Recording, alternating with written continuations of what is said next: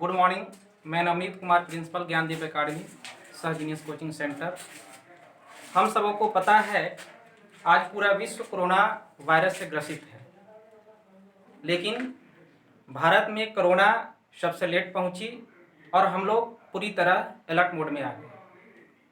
शुरुआत यदि हमारे देश से होती तो आप इसका अंदाज़ा खुद लगा सकते हमारे देश की स्थिति कहाँ चली जाती। लेकिन सबसे बड़ी बात यह है कि जो केंद्र सरकार की गाइडलाइन दी गई है उस गाइडलाइन का हम लोगों को फॉलो करना है।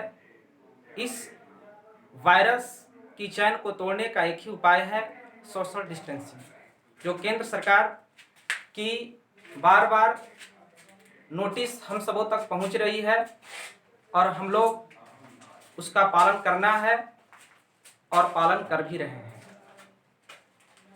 हम लोग को 3 मई तक घर में ही रहना है, सुरक्षित रहना है और 3 मई के बाद सरकार की जैसी गाइडलाइन आती है उसका फॉलो करना है। लेकिन इसके बीच सभी का जो पठन पाठन का कार्यक्रम बाधित रहा उसका पुनः आप सबों तक date by date, subject by subject और क्लास बाय क्लास करके आप सबों तक पहुंचाया जाएगा। आज की क्लास फिजिक्स का जो ऑलरेडी पहले तक हम लोग कर चुके थे उसके बाद की कड़ी को हम जोड़ते हैं, जिसमें आज का टॉपिक था दर्पण सूत्र, जिसको इंग्लिश में बोलते हैं मिरर फार्मूला। मिरर फार्मूला में इसके पीछे की 2-3 पॉइंट को हम जिक्र कर लेते हैं। फर्स्ट पॉइंट में आते हैं वस्तु दूरी, जिसको हम बोलते हैं इंग्लिश में object distance. Second image distance और थर्ड है फोकस लेंथ। यहां पर देखिए एक हमने कॉनकेव मिरर बनाया, कॉनकेव मिरर जिसकी वक्रता अंदर की ओर होती है, ऑलरेडी पहले बताया गया है। जिसकी वक्रता अंदर की ओर होती है उस मिरर को हम लोग बोलते हैं कॉनकेव मिरर, अर्थात बीच में गड्ढा और दोनों किनारे पर उठा हुआ, उस मिरर को हम लोग बोलते हैं कॉनकेव मिरर। कॉनकेव मिरर की ए सी जो डिनोटेड किया गया है, कर्वेचर सेंटर जो वक्रता केंद्र है, और यह जो हमने कॉनकेव मिरर बनाया इसका नेमिंग हमने दिया mm डैश, और इस mm डैश का मिडिल पॉइंट को इंडिकेट हमने किया P, जो डिनोटेड करता है पोल अर्थात ध्रुव। तो इस मिरर का कर्वेचर सेंटर और इसका मिडिल पॉइंट P, जो रेखा ये दोनों को मिला रही है, ये रेखा प्रिंसिपल एक्सिस कहलाती है, प्रधान अक्ष कहलाती है। और इसी प्रधान अक्ष पर यहां पर एक हमने AB ऑब्जेक्ट को रखा, AB एक वस्तु को रखा, जिससे एक प्रकाश की किरणें जो प्रिंसिपल एक्सिस के पैरेलल, यहां पर देखिए प्रिंसिपल एक्सिस के पैरेलल ये जाती है और दर्पण के एन बिंदु पर टकराकर वह मेन फोकस से होकर के लौट जाती है। ऑलरेडी हमने इसका प्रॉपर्टी पढ़ चुका हूं कि जब कोई प्रकाश की किरण यदि प्रिंसिपल एक्सिस के पैरेलल जाती है तो जब भी वह रिफ्लेक्ट होगा तो प्रिंसिपल एक्सिस के मेन फोकस को कट करेगा। सेकेंड प्रॉपर्टी हमने बताया था, एक और प्रकाश की किरण जो आप एरो से देख सकते हैं, यहां पर एरो ये प्रकाश की किरण जा रही थी। सेकेंड एक और प्रकाश की किरण जो कर्वेचर सेंटर अर्थात वक्रता केंद्र से होकर जाती है, तो ऑलरेडी हम प्रॉपर्टी इसका जान चुके हैं। इसकी प्रॉपर्टी है कि जब कर्वेचर सेंटर से जब प्रकाश की किरणें जाती है तो अपने ही मार्ग में वो लौट जाती है, जो जस्ट यहां पर डायरेक्शन से आप देख रहे हैं। यहां से जो चली प्रकाश की किरण जो सी से होते हुए दर्पण पर पड़ी, पड़ने के बाद जस्ट इसका रिफ्लेक्शन होता है और अपने ही मार्ग में लौट जाती है। जहां पर देखने के लिए मिलता है कि एक प्रकाश की किरण एक दूसरे को कट किया तो ए बी यहां ऑब्जेक्ट का, ए डैश बी डैश उसका इमेज बना।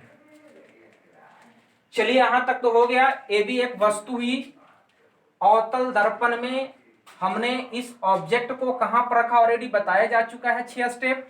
यह ऑब्जेक्ट वक्रता केंद्र और अनंत के बीच में रखी गई। तब इसका इमेज कहां पर बना ऑलरेडी बताया गया है। इसका इमेज जो बना वक्रता केंद्र और मेन फोकस के बीच में बना। कैसा बना, इसकी आकृति क्या है, इसका स्वरूप क्या है, तो देखिए यहां पर प्रिंसिपल एक्सेस के नीचे में और एक दूसरे को काट रही है प्रकाश की किरण, तो यह वास्तविक हुआ। और वस्तु से आप देख सकते हैं कि वस्तु ए बी और ए डैश बी डैश की हाइट जितनी वस्तु बड़ी है उससे छोटा इसका इमेज बना। अब थोड़ा सा चर्चा कर लेते हैं कि यहां पर ऑब्जेक्ट डिस्टेंस क्या है कि दर्पण के ध्रुव से वस्तु की दूरी। दर्पण के ध्रुव को आप देखिए, दर्पण का ध्रुव और जहां पर वस्तु रखी गई है तो P और यहां पर ए दूरी जो होगी यही दूरी वस्तु की दूरी कहलाएगी। जो यहां से नीचे हमने डिनोटेड किया, देखिए P के नीचे हमने यहां पर लाइन को लिया, यहां ए के जस्ट नीचे लाइन लिया, इस डिस्टेंस को हमने कवर किया और यहां पर हमने यू डिनोटेड किया है। इसी बात को यहां पर लिखा गया है कि दर्पण के ध्रुव से वस्तु की दूरी को वस्तु दूरी कहा जाता है और इसे यू से सूचित किया जाता है। ए ध्रुव हुआ और ध्रुव यहां पर वस्तु रखी गई। इन दोनों बिंदुओं की जितनी डिस्टेंस होगी यह डिस्टेंस ही कहलाएगा वस्तु दूरी और उसको हम यू से डिनोटेड करते हैं। सेकेंड, इमेज डिस्टेंस यदि हम बात करते हैं प्रतिबिंब की दूरी, तो पोल एक रेफरेंस पॉइंट है। पोल एक रेफरेंस पॉइंट है, पोल से ही जब भी हमको लोकेटेड लेना है तो पोल से ही लेना है। तो ध्रुव और जहां पर इमेज बना तो ध्रुव से जहां पर इमेज बना वो बीच की दूरी कहलाती है प्रतिबिंब दूरी। तो जस्ट लाइक इसका हमने नीचे यहां पर हमने लिया है, इसके नीचे हमने लाइनिंग ली, P के नीचे लाइनिंग ली, सॉरी यहां पर हमने इसको लाइनिंग लिया है और P इसका हमने लाइनिंग यहां पे लिया है। जस्ट P से ए डैश के बीच, P जस्ट इसके नीचे है, ए डैश हमने जस्ट इसके नीचे लिया, इसके बीच की दूरी को कहा जाता है प्रतिबिंब की दूरी और प्रतिबिंब की दूरी को V से डिनोटेड किया जाता है। तीसरा एक आता है फोकस दूरी। दर्पण के ध्रुव से फोकस के दूरी को फोकस दूरी कहा जाता है। तो ये ध्रुव हुआ। फोकस, मेन फोकस ऑलरेडी पहले हमने प्रीवियस क्लास में पढ़ा था कि कोई मिरर है यदि इसकी प्रिंसिपल एक्सेस के पैरेलल यदि प्रकाश की किरणें चलती है और मिरर से जब टकराता है, रिफ्लेक्ट करता है, तो रिफ्लेक्ट करने के बाद प्रधान अक्ष प्रिंसिपल एक्सेस के मेन फोकस से होकर ही जाती है। तो यहां पर आप देखिए, यहां पर हम PO1 हमने प्रिंसिपल एक्सेस इमेज किया और यहां पर BM जो प्रकाश की आपतित किरण हुई और दर्पण से टकराने के बाद प्रिंसिपल एक्सेस के एक पॉइंट पे कट किया, तो ये पॉइंट ही आपका मेन फोकस हुआ। तो मेन फोकस और आपका ध्रुव पोल के बीच की दूरी को कहा जाता है फोकस लेंथ, जिसको हम कहते हैं फोकस दूरी। आइए पढ़कर देखते हैं। दर्पण के ध्रुव से, दर्पण का ध्रुव यहां पर देखिए, फोकस की दूरी, फोकस है कि फोकस दूरी, फोकस है, इसके बीच की दूरी को हम लोग बोलेंगे फोकस दूरी। चलिए, तो ये 3 पॉइंट आया, वस्तु दूरी, प्रतिबिंब दूरी और फोकस दूरी। यहां से एक क्या है रिलेशन निकलता है। रिलेशन क्या है पढ़ते हैं आगे। और इस फोकस दूरी को हम लोग डिनोटेट करते हैं स्मॉल एफ से, मेन फोकस को कैपिटल एफ से, और फोकस लेंथ को, फोकस दूरी को स्मॉल एफ से डिनोटेट करते हैं। अब इन 3 पॉइंट से एक रिलेशन बनता है। रिलेशन क्या है चलिए आइए देखते हैं। गोलीय दर्पण की वस्तु दूरी, प्रतिबिंब दूरी और फोकस दूरी के बीच एक संबंध होता है और यही संबंध दर्पण सूत्र कहलाता है, जो आज का आपको हमने मेन पॉइंट वहां पे नोट किया, अर्थात दर्पण सूत्र कहलाता है। गोलीय दर्पण की वस्तु दूरी, यहां पे आई, गोलीय दर्पण की वस्तु दूरी, गोलीय दर्पण की प्रतिबिंब दूरी और गोलीय दर्पण की फोकस दूरी, ये तीनों मिल करके एक रिलेशन, एक संबंध स्थापित करता है। उस संबंध को दर्पण सूत्र कहा जाता है। इसको इंग्लिश में हम लोग मिरर फार्मूला के नाम से जानते हैं। लेकिन एक थोड़ी सी और यहाँ पर बात हम जिक्र करेंगे कि यहाँ पर देखिए 2f हमने यहाँ लिखा है 2f, और रेडी हमने प्रीवियस क्लास में बताया था कि जो कर्वेचर सेंटर और पोल की जो डिस्टेंस होता है वह मेन फोकस यानी फोकस लेंथ की दुगनी दूरी होती है।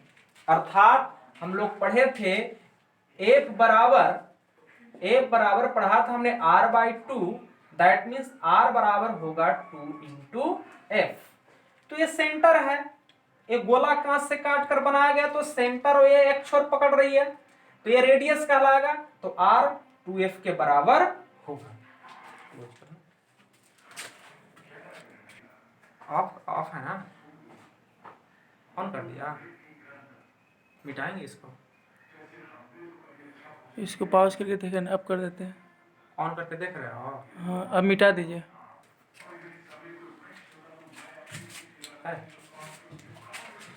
दर्पण सूत्र, दर्पण सूत्र का ए जो आपने हमने पढ़ाया आपको कि यू वी और एफ के बीच एक रिलेशन है। वो रिलेशन क्या है? वो रिलेशन ये है 1/u plus 1/v equal 1/f, ये रिलेशन है। और इस रिलेशन को ही कहा जाता है मिरर फार्मूला। तो इस इमेज का हमने पहले ऑलरेडी एक्सप्लेन कर दिया है। एक बार थोड़ा और मैं यहां पे लिख देता हूं। माना mm' एक अवतल दर्पण है,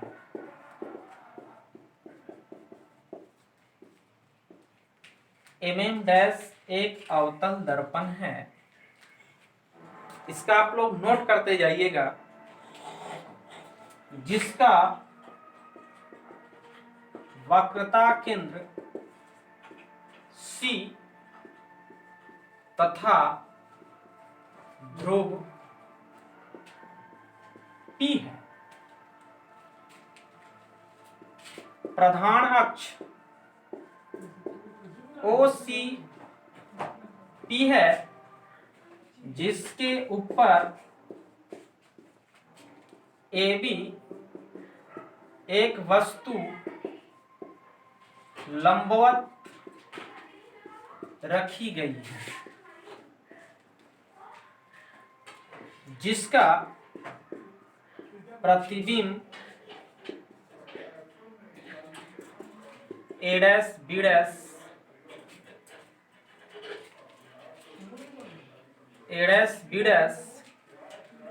प्रधान अक्ष के नीचे अर्थात उल्टा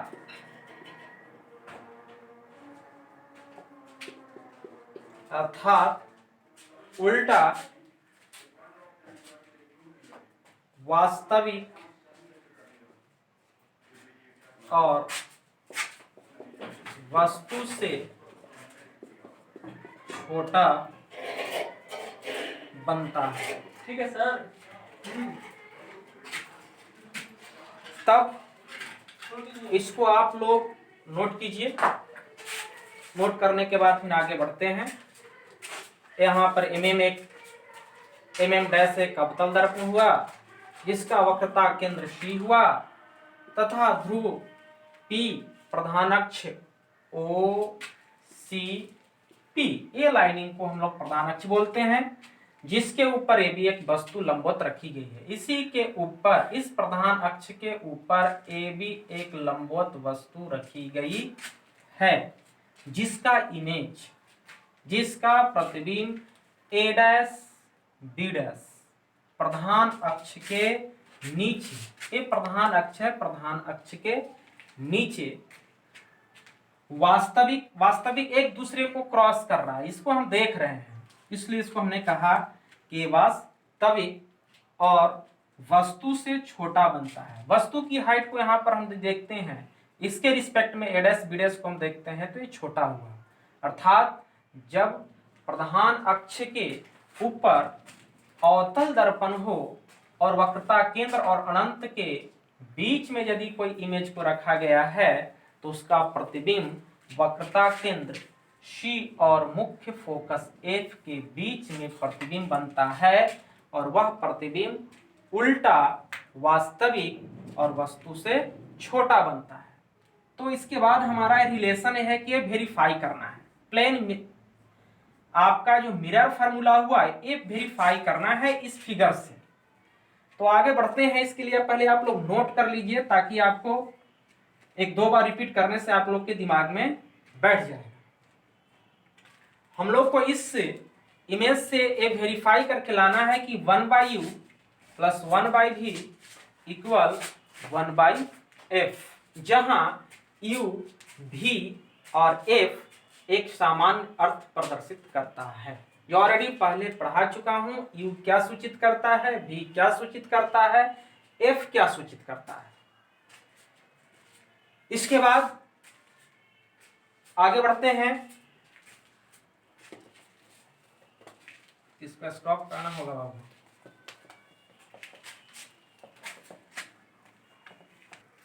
वस्तु दूरी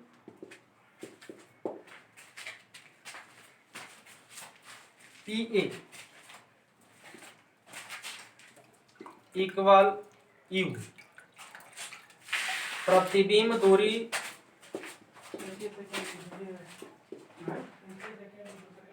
PA' इक्वल V, फोकस दूरी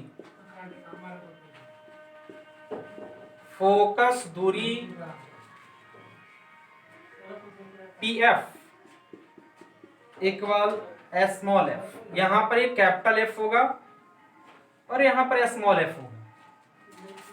वक्रता त्रिज्या P से C तक, PC ऑलरेडी पढ़ चुके हैं। रेडियस जो होता है, कर्वेचर रेडियस जो होता है, फोकस दूरी की दुगनी दूरी की होती है, यानी अर्थात 2f। चलिए, इतना जानकारी लेने के बाद हम आगे बढ़ते हैं। इसको नोट करते जाइएगा आप लोग। अब यहां पर जिक्र करिए कि इस फिगर और इस फिगर की जिक्र आप कीजिए। फिगर फर्स्ट और यहां पर हम नोट किया फिगर सेकंड। यहां पर नजर आ रही है दो ट्रायंगल्स हैं। कौन कौन है? ट्रायंगल ABC और triangle A', B', C। ABC first figure, A', B', C second figure. इन दो फिगर की हम चर्चा करेंगे। ये दोनों ट्रायंगल्स के बारे में हम लोग एक्सप्लेन करेंगे। ये दो त्रिभुज यहां पर नजर आ रहा है आपको। इन दो त्रिभुज से हम लोग को ये रिलेशन मिल रहा है कि ये दो त्रिभुज हैं जिसमें angle ACB ACB equal angle A'CB, A'CB। ध्यान दीजिए, इन दो त्रिभुज के बीच का हम रिलेशन को अभी निकाल रहे हैं। देखिए, ए लाइनिंग गया, इसको कट किया, कट करने के बाद this angle equal this angle.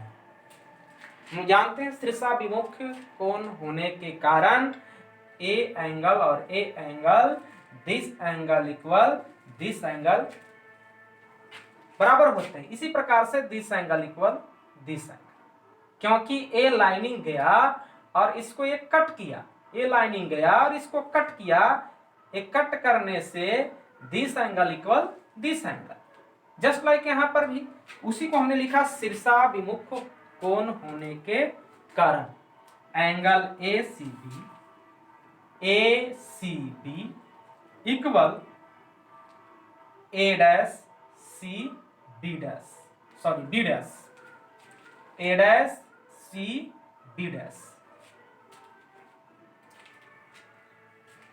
Second है कि ये लंबवत रखी गई थी, तो लंबवत रखी तो यहाँ पर 90 डिग्री का एंगल बनेगा।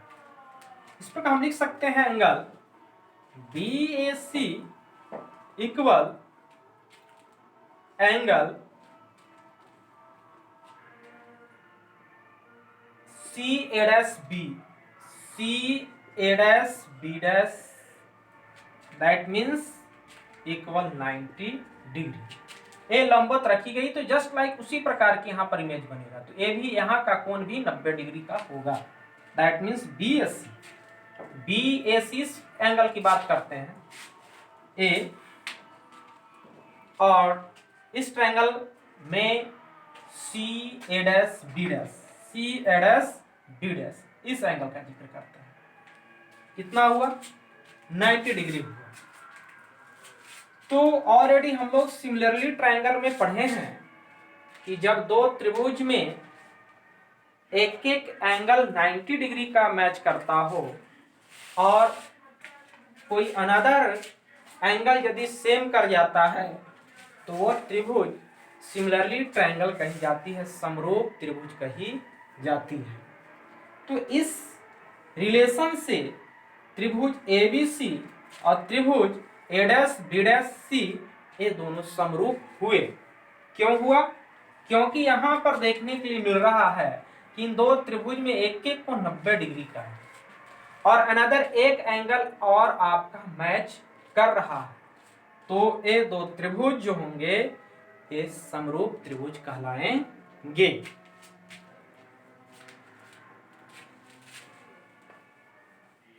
इसको नोट करते जाइएगा आप लोग। इस प्रकार हम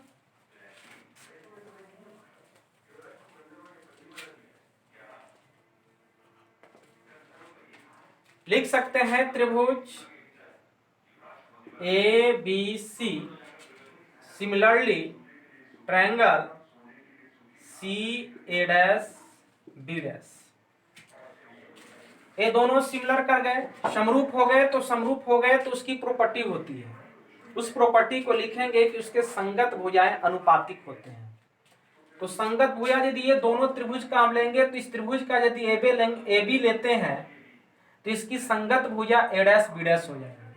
तो लिख सकते हैं कि AB बाई A'B' कहां से?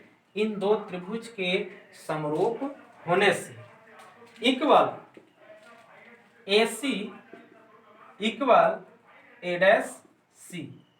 हमने बताया कि जब दो त्रिभुज समरूप होते हैं तो उसकी संगत भुजाएं आनुपातिक होते हैं।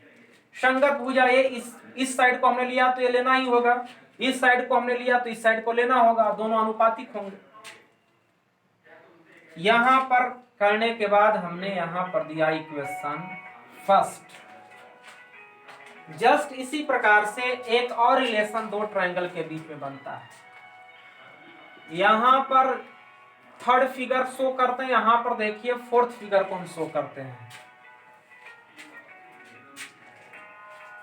थर्ड फिगर और फोर्थ फिगर को हम लोग उसी नजरिए से देखें तो जस्ट लाइक जो हमने यहाँ पर सिमिलर किया ट्रायंगल एबीसी एंड ट्रायंगल सीएडएस बीडीएस, जस्ट उसी तरह से एम क्यू एफ और B dash A dash F दोनों सिमिलर होंगे। कैसे सिमिलर होंगे, चलिए यहाँ पर हम देखते हैं।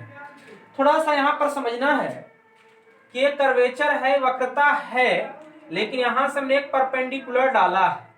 परपेंडिकुलर डालने के बाद हमने यहाँ पर 90 डिग्री का एंगल को हमने शो किया और यहाँ पर Q दिया। तो Q जो पॉइंट हुआ, एक Q पॉइंट लगभग P के अप्रोक्सीमेटली होंगे, लगभग दोनों सेम होंगे। इसलिए ऑलरेडी प्रीवियस क्लास में आप लोग को हमने बताया था कि जितने सारे हम लोग यहाँ मिरर पढ़ना है क्लास 10th में, वो सारे मिरर छोटे द्वारक वाला पढ़ना है। तो छोटे द्वारक वाले पढ़ना है जिसमें ये जो परपेंडिकुलर हमने डाला, ये परपेंडिकुलर लगभग P और Q दोनों एक ही पॉइंट पे सिचुएटेड होंगे।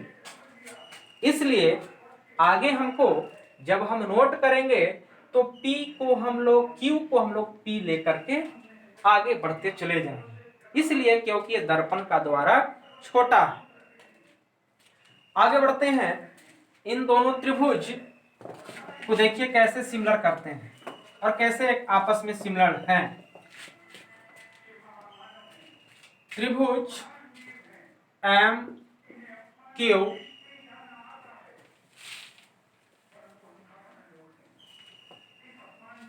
एम क्यू एफ और त्रिभुज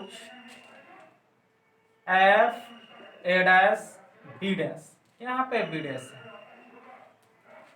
जिक्र करते हैं जस्ट सेम होंगे कि लाइनिंग हुआ, ए इसको कट किया तो this angle equal this angle, अर्थात यहां पर हमें लिखते हैं एंगल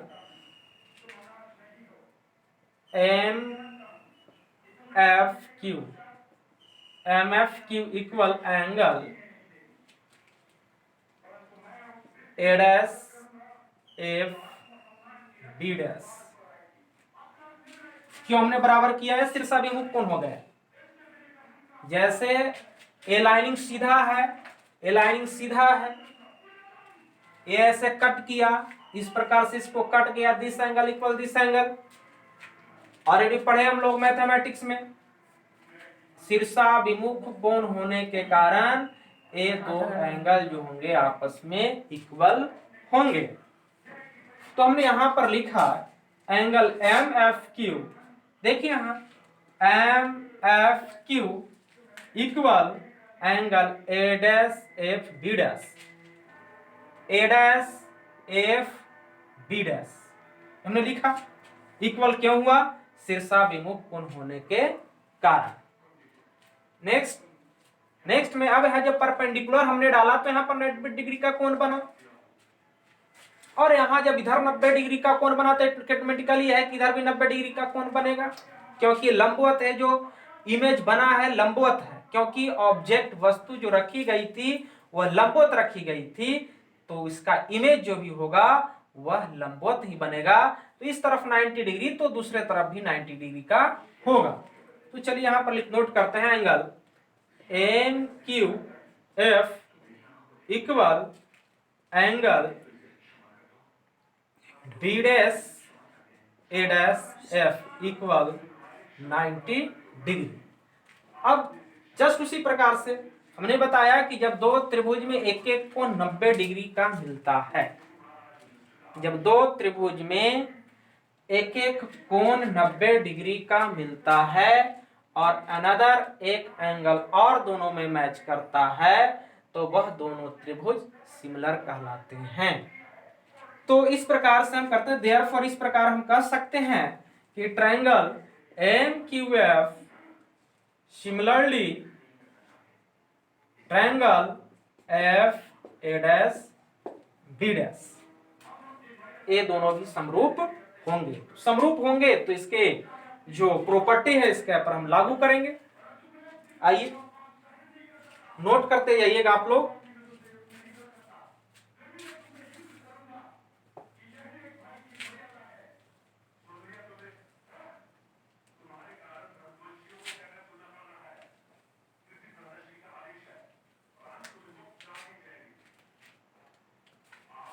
आइए इसके संगत भुजाएं जो होते हैं अनुपातिक होते हैं, तो एम क्यू यहाँ पर हम लेंगे, एम क्यू हमने यहाँ पर लिया तो इसकी संगत भुजा हो जाएंगे ए dash B dash, A dash B dash equal, यहाँ पर हमने लिया एफ क्यू तो यहाँ पर हो जाएंगे ए dash F, A dash F होंगे। इसके बाद थोड़ा सा जिक्र करना है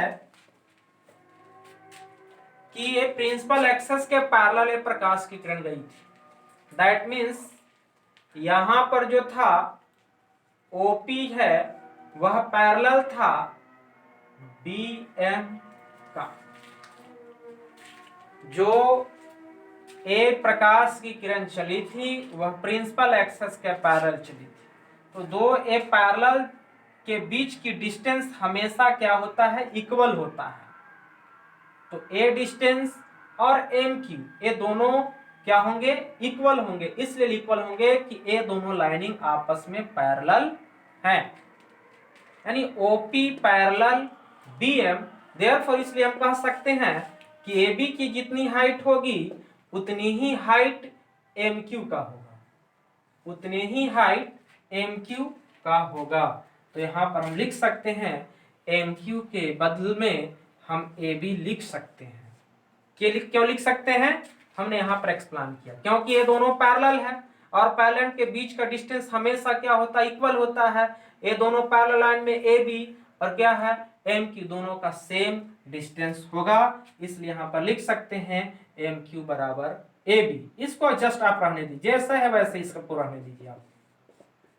हाँ, थोड़ा सा जिक्र करना है कि एफ क्यू के बदले में हम लिख सकते हैं, एफ क्यू के बदले में लिख सकते हैं एफ पी लिख सकते हैं। अभी हमने बताया था कि दर्पण का द्वारक छोटा है और जितने सारे हम लोग को इसमें न्यूमेरिकल आगे हम लोग पढ़ेंगे क्वेश्चन, सारे के सारे दर्पण छोटे वाले का ही पढ़ना है। इसलिए Q जो लगभग P के बराबर होता है, इसलिए एफ क्यू की जगह पर हम एफ पी लिख सकते हैं, लगभग वो बराबर होता है।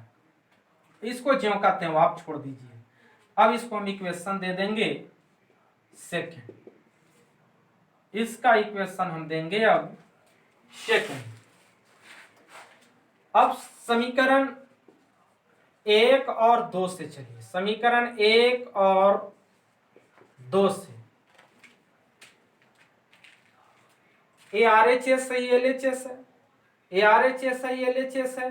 अब ध्यान दीजिएगा एल एच एस तरफ दोनों मैच कर रहा है, ए बी बट्टा A dash B dash, A B बट्टा ए डैश बी डैश। जब एक पक्ष जब दोनों इक्वल हो जाता है तो दूसरा पक्ष भी ऑटोमेटिकली होता है कि वह बराबर हो जाता है। तो इसलिए हमने लिखा कि समीकरण 1 और समीकरण 2 से। अब देखिए ये दायां पक्ष, ये बायां पक्ष, ये दायां पक्ष, ये बायां पक्ष, ये दोनों समीकरण का बायां पक्ष दोनों बराबर है। ए बी बट्टा A dash B dash, A B बट्टा ए डैश बी डैश, ये दोनों का दोनों बराबर है। तो ऑटोमेटिकली होगा कि दायां पक्ष भी दोनों का बराबर होगा, अर्थात इसको हम लिख सकते हैं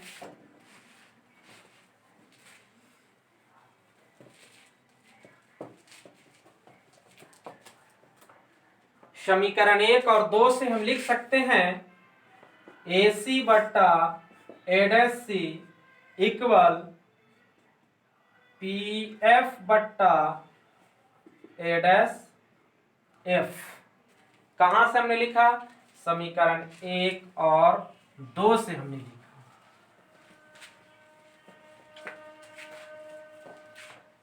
अब कुछ नहीं करना है, वैल्यू को पुट कर देना है। जो यहाँ पर वैल्यू यहाँ पर दिया गया उसका वैल्यू पुट करना है। तो अब यहाँ पर ध्यान देना है कि हमारा एफ डिस्टेंस कहाँ से यहाँ तक है, भी कहाँ से है, पी से लेकर के ए डैश तक का है, 2f कहाँ है तो p और c के बीच का है, और u कहाँ डिस्टेंस है तो p और a के बीच का है। लेकिन यहाँ पर मेरा पास एक क्वेश्चन क्रिएट कर गया कि AC का डिस्टेंस हमको यहाँ पे रखना है। तो A से C, AC का मेरे पास कोई यहाँ पर मेजरमेंट नहीं दिया गया है, नहीं दिया गया है। ठीक है, कोई बात नहीं है, आसानी से इसको हम मेजरमेंट कर लेंगे। इसलिए मेजरमेंट करेंगे कि ऑलरेडी हमको P से C तक का डिस्टेंस दिया गया है, हमको P से A तक का डिस्टेंस दिया गया है, तो PA डिस्टेंस में से PC को घटा देंगे तो मेरा बच जाएगा AC। AC को हम इस तरह से लिख सकते हैं, अर्थात PA माइनस PC। AC को हम लिख सकते हैं, A से C तक के डिस्टेंस को लिख सकते हैं PA माइनस PC। P से A तक के बीच की दूरी में P से C को घटा दीजिए, घटाने के बाद जो बचा हुआ है AC बचेगा, वही हमने काम यहाँ पर किया।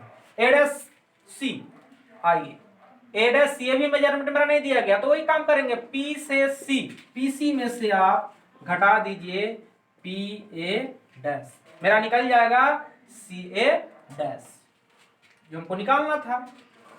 इधर आइए PF, P से F तक का हमको डिस्टेंस मेजर पता है, इसको रहने दीजिए आप ज्यों का त्यों। A', हमको पता नहीं है, तो वही काम करेंगे, PA' में से PF को आप घटा दीजिए। देखिए कुछ नहीं किया है, इसी को इस रूप में लिखा, इसलिए लिखा कि हमको ये डिस्टेंस ऑलरेडी पहले से दिया गया नहीं दिया गया था, लेकिन कुछ हमारे पास यहाँ जो है दिया गया था, उसी को हम इस फॉर्म में लिखा। लिखने के बाद आप वैल्यू को पुट कर दीजिए यहाँ पर PA। अब देखिए P से A तक का डिस्टेंस है U। थोड़ा सा यहाँ पर ध्यान देना, आपको प्रीवियस क्लास में बताया था कि P जो पॉइंट होता है रेफरेंस पॉइंट होता है, और रेफरेंस पॉइंट के राइट साइड वाला जो होता है वो सारा पॉजिटिव होता है, और लेफ्ट साइड वाला जितने सारे होता है निगेटिव होता है। तो यहाँ पर हमारा जितने सारे मेजरमेंट यहाँ पर हमने 4 डेटा दिया है, चारों का चारों निगेटिव होगा, क्योंकि ये चारों रेफरेंस पॉइंट के लेफ्ट साइड में है।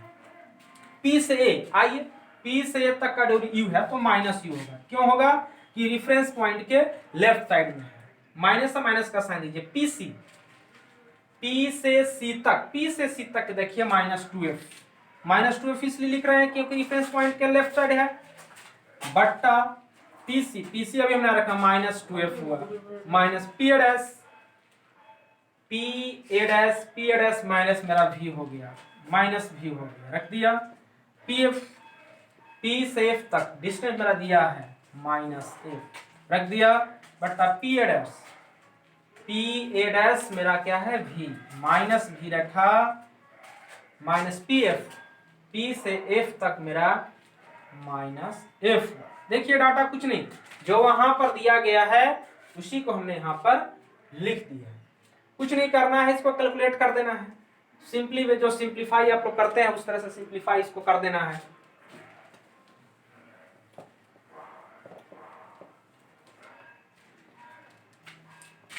Minus U, minus minus plus हो जाएगा 2f by -2f, minus minus plus V होगा, -f by -v, minus minus plus हो जाएगा।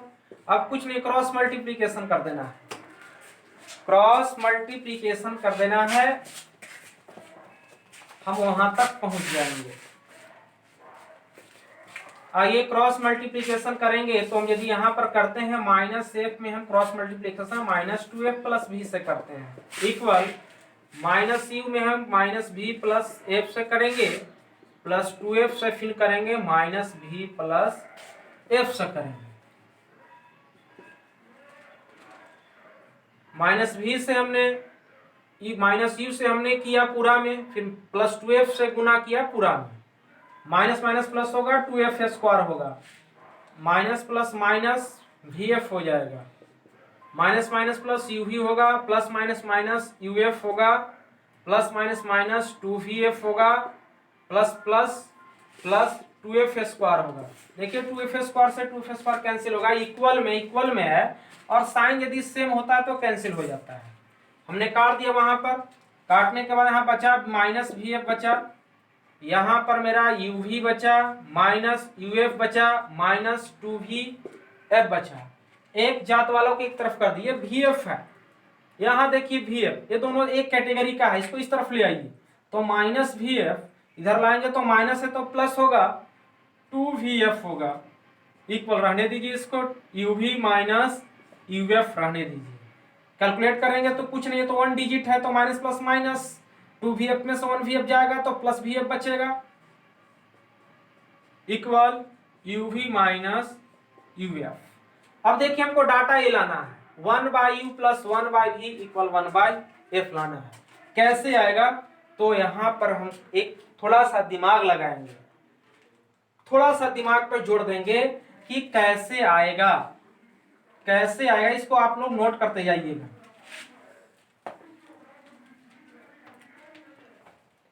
हमारे पास अभी डाटा पहुंचा कि vf equal uv minus uf, data भी यहां तक है लेकिन यहां तक हमको पहुंचना है, 1/u plus 1/e equal 1/f लाना है।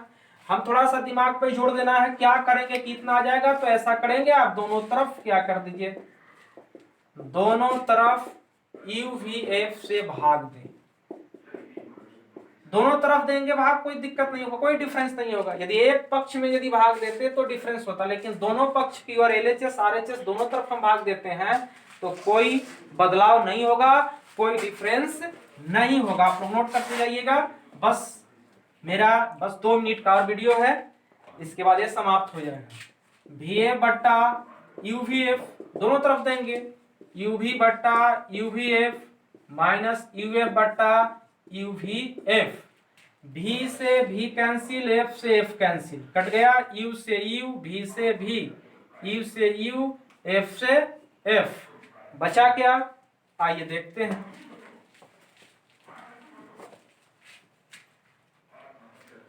One by U equal 1/f plus 1/, यहां से बचा V माइनस 1/v, तो 1/u, इसको इधर ले आएंगे तो प्लस होगा 1/v इक्वल 1/f। यही हमको लाना था। देखिए यहाँ पर यही था mirror formula, 1/u plus 1/v equal 1/f, यही मेरा आ गया 1/u plus 1/v equal 1/f proof.